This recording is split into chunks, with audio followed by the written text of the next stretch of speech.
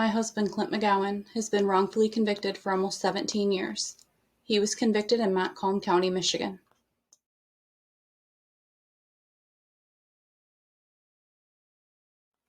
Clint submitted a claim to the statewide Conviction Integrity Unit in December of 2020. The CIU confirmed they received it, but it hasn't amounted to anything. His case has also been under review with the University of Michigan Innocence Clinic since December of 2019, but nothing has come of that either. When it comes to Clint's case, the main things I want people to know is that there was no evidence against him. The DNA collected didn't match. The fingerprints collected didn't match. Nothing connected Clint to this crime. He was convicted solely on witness testimony which has been recanted, but it's not enough. The lack of evidence is not enough. The people who testified for the state, admitting that they lied, stating that they were threatened with prison time, so they said what they had to say. That's not enough. When it comes to personally, Clint's not just my husband. He's a father. We have 2 beautiful daughters. He's a grandfather. We welcomed our first grandchild in January of this year. He's loved. He is a son. He's a nephew. He's a cousin. He's a brother. He is so much more than just the inmate number that the state of Michigan assigned him. This wrongful conviction has had a major impact on Clint, our family, and anyone who loves or cares about him.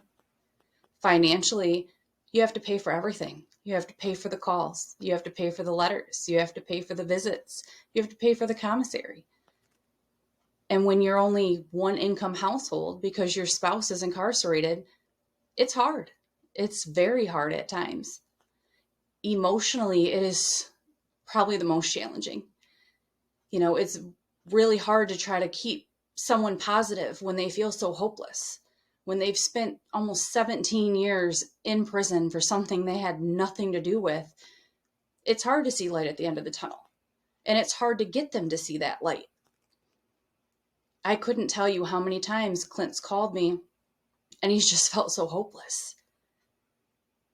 And when you're applying for these innocence applications, submitting these innocence applications and applying for relief, and you're not hearing anything back, you're not getting any updates, you don't even know where you're at on the waiting list, it's hard.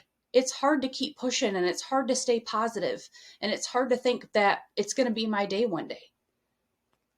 And then you run into people who don't want to listen.